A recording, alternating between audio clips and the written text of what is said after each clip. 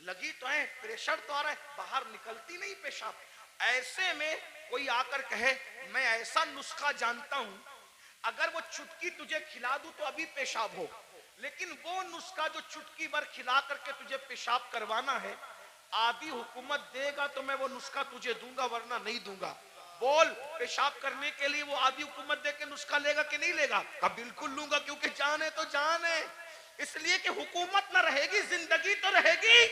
تو کہا اللہ سے ڈر، جس حکومت کی قیمت ایک گلاس پانی نہیں، اس کو تو اتنا چاہتا ہے کہ اللہ کو بھول گیا. بتاؤ، ہارون رشید کی قبر پر کتنے لوگ جاتے ہیں فاتحہ کرنے؟ کتنے لوگ ہارون رشید کے نام پہ نیاز کرتے ہیں؟ ہارون رشید کے نام پہ کتنے لوگ جلسہ کرتے ہیں؟ کتنے لوگ جلوس کرتے ہیں؟ وہ ہے. کتنے لوگ اس کی مریدی کا اعلان کرتے ہیں؟ بادشاہ تھا، بادشاہ، اتنا بڑا بادشاہ کہ بادلوں کو کہتا تھا جہاں جاؤ گے جا کر کے برس جاؤ، میری حکومت ہوگی. لیکن نہ نام ہے، نہ اللہ پر کوئی دعا کرنے والا ہے، نہ کوئی نام لینے والا ہے، نہ کوئی تعریف کرنے والا ہے. اللہ اکبر.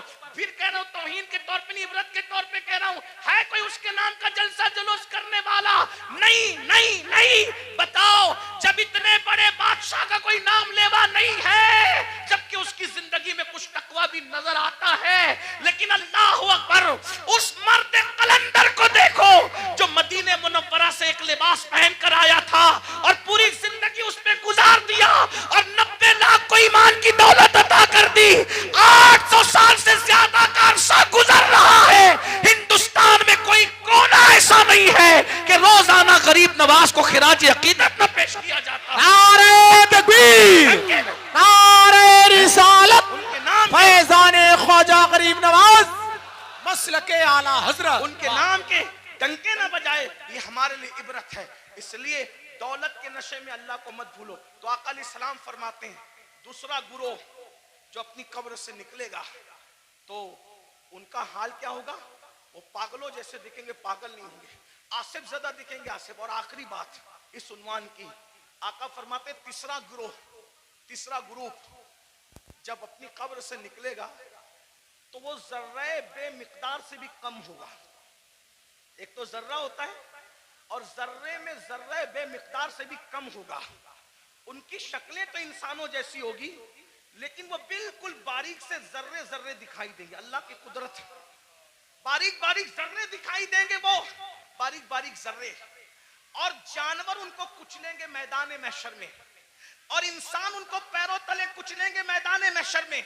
اور جب انسان اور جانور ان کو کچل لیں گے تو کچلنے کے بعد ان ذرہ بے مقدار کی شکل میں اٹھنے والے انسانوں کو پکڑ کر جو جہنم کے اندر قید خانہ ہوگا، اس قید خانے میں لے جا کر کے قید کر دیا جائے گا. ذرا غور کیجئے. پھر آقا فرماتے ہیں اس قید خانے میں ان کو نار الانیار نام کا مشروب پلایا جائے گا. ایک تو ذرہ بے مقدار میں ان کو اٹھایا جائے گا، انسان اور فرشتے ان کو پیروں تلے کچلیں گے، پھر ان کو پکڑ کر جہنم کے قید خانے میں لے جایا جائے گا، اس میں ان کو نار الانیار پلایا جائے گا.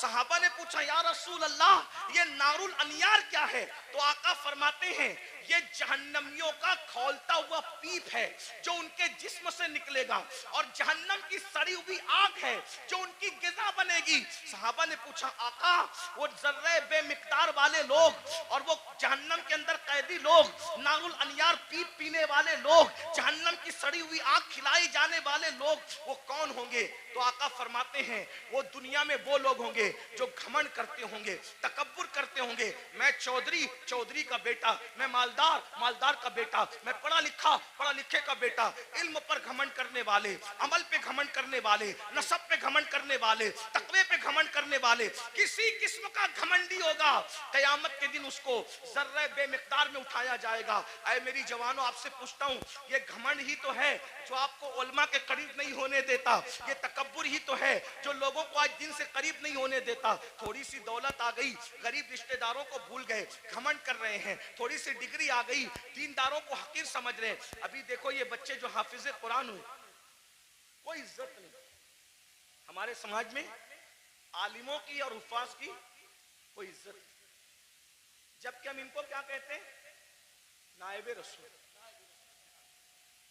کاغذ پہ قرآن لکھ دیا جائے تو اس کو سر پہ رکھا جاتا ہے, اور سینوں پہ قرآن لکھ دیا جائے تو ان کو مسجد میں وہ لوگ آ کے بات سناتے ہیں, گھر میں جس کی بیوی اس کی بات نہیں سنتی. کاغذ کا لکھا ہوا قرآن سر پہ آئے, سینوں پہ لکھے ہوئے قرآن کی کیا قدر کرتے بھائیوں؟ قدر کرنا چاہیے. یہ جو بے قدری علماء کی کرتے ہو, بے قدری حفاظ کی کرتے ہو, دیندار طبقے, آپ لوگ نہیں کرتے, آپ لوگ تو بہت محبت کرتے ہیں, لیکن انٹرنیٹ کے ذریعے سے آواز وہاں تک پہنچتی ہے جو گھروں میں بیٹھے ہیں, جو ہمیں سننا نہیں چاہتے. انٹرنیٹ کے بہت سے نقصانات ہیں, لیکن کچھ فائدے یہ بھی ہوئے کہ جو طبقہ ہم لوگ کی آواز سے نفرت کرتا تھا وہ بھی کہیں نہ کہیں چپکے چپکے سننے لگا, اور کہیں نہ کہیں برف پگھلنے لگی. ہاں یہ ہو رہا ہے فائدہ, کچھ نقصان بھی ہوا. ہاں اسی لیے آپ سے کہتا ہوں, انٹرنیٹ کے سامنے بیٹھتے ہو تو بڑے وقار سے بیٹھا کرو. آپ کے بیٹھنے سے کسی کو ہدایت بھی مل سکتی ہے, اور منبر پہ لڑنے سے کسی کا ایمان بھی جا سکتا ہے. اس کا خیال رکھنا, اس لیے کہ آپ کو اپنے بیگانے سب دیکھ. آپ کی چھوٹی سی منبر پر کی ہوئی جھڑپ کسی ایماندار کو کفر تک لے جا سکتا ہے, اتنا یاد رکھنا. اس لیے ذرا ہوش سے, منبر پہ کوئی لڑنے آئے تو اس سے ہاتھ جوڑ کے کہو میں ہار گیا تو جیت گیا, اس لیے کہ میں ہارا ہوا کہلاؤں گا چلے گا, لیکن میری وجہ سے کوئی میرے مسلک اور مذہب سے بیزار ہو کر کے کفر کی طرف جائے, مجھے یہ گوارا نہیں. اس کا خیال رکھا جائے, بہت ہمیں خیال کرنا ہوگا, کیونکہ ہمیں لوگ دیکھتی ہیں, 2 آنکھیں دیکھتی ہے تو لوگ اتنا محتاط ہوتے ہیں, یہ ہزاروں آنکھیں دیکھتی. یہ انٹرنیٹ کی جو ہے وہ نحوست یا جو ہے وہ نفاست کچھ کم نہیں ہے. اس کی نحوست بھی بری ہے, اس کی نفاست بھی بڑی ہے, لیکن اتنا یاد رکھیں یہ 2 آنکھیں نہیں دیکھتی انٹرنیٹ پہ بیٹھنے والوں کو, کروڑوں آنکھیں دیکھتی ہیں, اور آپ ان کا تصور نہیں کر سکتے کہ کون کون دیکھتا ہے. اس لیے منبر پر ہم خدا کے لیے 2 گھنٹے ہی صحیح اس طرح بیٹھیں کہ ہمارے بیٹھنے کو دیکھ کر لوگ مجبور ہو کے کہیں جب یہ اس طرح بیٹھتا ہے تو غریب نواز کیسے بیٹھتے ہیں, یہ اس طرح بیٹھتا ہے تو غوث اعظم کیسے بیٹھتے ہیں, یہ اس طرح بیٹھتا ہے تو امام اہل سنت کیسے بیٹھتے ہیں. یہ ہمارا انداز ہونا چاہیے, اللہ کرے ہمیں توفیق ملے. لیکن غرور اور گھمنڈ کا کیا کیا جائے؟ آج ہمارا جوان طبقہ, نئی نسل علماء کا مذاق اڑا رہی ہے, حفاظ کی عزت نہیں کر رہی ہے. میرے جوانوں, اگر دولت کے نشے میں گھمنڈ کیا, حسن کے نشے میں گھمنڈ کیا, کسی بھی قسم کا تکبر کیا, تو اللہ کے رسول فرما رہے قبر سے ذرہ بے مقدار کی شکل میں اٹھو گے, بے مقدار, اور پورا میدان محشر تمہیں پیروں تلے کچلے گا, جہنم کی قید میں ڈالے جاؤ گے, نار الانیار جہنم کا پیپ کھولتا ہوا پلایا جائے گا, جہنم کی سڑی ہوئی آگ کھلائی جائے گی. اس لیے خدا کے لیے گھمنڈ چھوڑ دو, تکبر چھوڑ دو, اور سوچو میں انسان ہوں اور صرف انسان, میں انسان ہوں اور صرف انسان ہوں. اور انسان کیا ہے؟ من نطفہ. انسان کو اللہ نے ناپاک قطرے سے پیدا کیا, انسان کو اللہ نے سڑی ہوئی مٹی سے پیدا کیا. میرے بھائی, سڑی ہوئی مٹی اور ناپاک قطرے سے تو پیدا ہوا ہے. اگر عبادت کر کے تو اللہ کو منا لے تو تو فرشتوں سے بہتر ہے, اور اگر تو اللہ کو راضی نہ کر سکا تو پھر معاذ اللہ تو جانوروں سے بھی بدتر ہے. جو آخری بات کہنے کے لیے کہا تھا وہ آخری بات یہ ہے, امام غزالی کے استاد تھے, امام غزالی کے استاد, غزالی جیسی ہستی جس نے 500 سے زائد اس دور میں کتاب لکھی, آج سے 900 سال پہلے, اور ان کی کتابیں آج بھی دنیا میں موجود ہیں. تو امام غزالی کے استاد تھے, ان کے سامنے ایک نوجوان چھوکرا لڑکا اکڑ کے چل رہا تھا. قرآن کہتا ہے وَلَا تَمْشِي فِي الْأَرْضِ مَرْحًا, زمین پہ اکڑ کے مت چلو, اکڑ کے مت چلو. آج کل کے لڑکے بائک پہ بیٹھتے ہیں, تھوڑا جم ویم کر کے بازو بنا لیے ہیں, تو وہ بازوؤں پر پھول پتیاں پتہ نہیں کیا کیا بنا لیتے ہیں. یہ حرام ہے, حرام. اللہ کے رسول علیہ السلام نے فرمایا گوندنے والوں پر اور گندوانے والوں پر دونوں پر اللہ کی لعنت. ہاں, یہ گوندنے گندانے کا سلسلہ پہلے اسلام کے دشمن لوگ کرتے تھے, ہمارا کام نہیں ہے. گوندنا گندوانا ہمارا کام نہیں. ہمارے بازوؤں پر نشان نہیں ہوتے, ہمارے چہروں پر سجدوں کے نشان ہوتے ہیں. اور وہ بھی کالے نشان نہیں، انوار کے نشان ہوتے ہیں، چمک ہوتی ہے. سیماہم فی وجوہہم من اثر السجود، چہرے چمکتے ہیں. جم کرو، مضبوط بنو، طاقتور بنو. میں تو کہتا ہوں ہمارا مذہب طاقتور لوگوں کا مذہب، ہمارے کمزور لوگ ہیں ہی نہیں. ہمارا اللہ بھی طاقت والا، لا حول ولا قوت الا باللہ. ہمارا اللہ طاقت والا، ہمارے رسول طاقت والے. ایک شخص نے مجھ سے ٹرین میں کہا کہ میرے فلاں نے ہمالیہ اٹھایا. میں نے کہا اچھی بات ہے، لیکن میں متاثر نہیں. کہا کیوں؟ میں نے کہا میرے نبی نے صرف ہمالیہ نہیں، پوری کائنات کا بار اٹھا رکھا ہے. اور میرے امام کہتے ہیں جس کو بارے دو عالم کی پرواہ نہیں، ایسے بازو کی قوت پہ لاکھوں سلام. اندازہ کر ان کی انگلی کے اشارے کا. جبل ابو قبیس پہ کھڑے ہو کر اشارہ کرتے ہیں تو چاند ٹکڑے ہو جاتا ہے. جس کے اشارے کی اتنی قوت ہے، اس کی انگلی کی کتنی قوت ہوگی؟ انگلی کی اتنی قوت ہے تو پنجوں میں کتنی قوت ہوگی؟ اور جب پنجوں میں اتنی قوت ہے تو بازوؤں میں کتنی قوت ہوگی؟ اور جب بازو کی قوت یہ ہے تو سینے میں کتنی قوت ہوگی؟ ان کے سینے کی قوت کو قرآن بیان کرتا ہے. لو انزلنا ھذا القرآن علی جبل لرأیت خاشعا متصدعا من خشیۃ اللہ. جس پہاڑ نے قرآن کا بار نہ اٹھایا، مصطفیٰ کے سینے نے قرآن کا بار اٹھا لیا. واہ واہ واہ، سبحان اللہ سبحان اللہ. ہمارے یہاں تو سبھی طاقتور ہے. غوث پاک طاقتور، غریب نواز. جم کرو، طاقتور بنو، مگر کسی کی گردن دبانے کے لیے نہیں، رات رات بھر مصلی پہ کھڑے ہونے کے لیے، کسی پہ ظلم کرنے کے لیے نہیں، مظلوم کی مدد کرنے کے لیے، کسی کو ڈرانے کے لیے نہیں، ڈرانے والوں کو سمجھانے کے لیے طاقتور بنا. ہمارے سبھی ہمارے مولا علی تو اتنے طاقتور تھے، ہمارے مولا علی اتنے. مولا علی کا ذکر کرو تو کچھ لوگ جلتے ہیں کیونکہ ان کی طاقت ان کو برداشت نہیں ہوتی. ہمارے مولا علی بہت طاقتور تھے، ہمارے مولا علی بہت طاقتور، ہمارے مولا علی بہت طاقتور تھے. الحمدللہ ہمارے صدیق بھی بہت طاقتور، افضل البشر بعد الانبیاء بالتحقیق. ہمارے صدیق اکبر بھی اتنے طاقتور تھے. جب بدر میں رسول اللہ کی کوئی حفاظت کے لیے نہ آیا تو صدیق اکبر نے کہا میں حضور کو پہرا دوں گا، اللہ کی امانت کی حفاظت میں کروں گا. صدیق طاقتور، فاروق اعظم طاقت، عثمان غنی، مولا علی سب طاقت. اور مولا علی کیسے طاقتور؟ سن لو، غور سے سنو. ایک دن مولا علی کی ڈھال گرا دی. کیا گرا دی؟ بات سمجھ میں آ رہی؟ کیا گرائی؟ ڈھال. ڈھال کس کو کہتے ہیں؟ اب تو سیریل دیکھ کے آپ لوگ ہم سے زیادہ سمجھ گئے کہ ڈھال. پہلے سمجھانا پڑتا تھا، ابھی نہیں، اب سب کو پتا ہے ڈھال کیا ہے، تلوار کیا ہے، اور میمنہ کیا ہے، مسرہ کیا ہے، قلب کیا ہے، مقدمت الجیش کیا ہے. سب سیکھ لیا. چلو کچھ تو سیکھا، ہم سے نہ سیکھا، کسی سے تو سیکھا. لیکن بہرحال ڈھال، ڈھال سمجھتے ہیں نا، جس پہ وار روکا جاتا ہے. مرحب نے میرے مولا کی ڈھال پہ وار کیا اور ڈھال دو ٹکڑے کر دی. میرے مولا کو آیا غصہ، اور تو نے میری ڈھال کاٹی اور ڈھال توڑی، اب میں تجھے سزا کیا دیتا ہوں.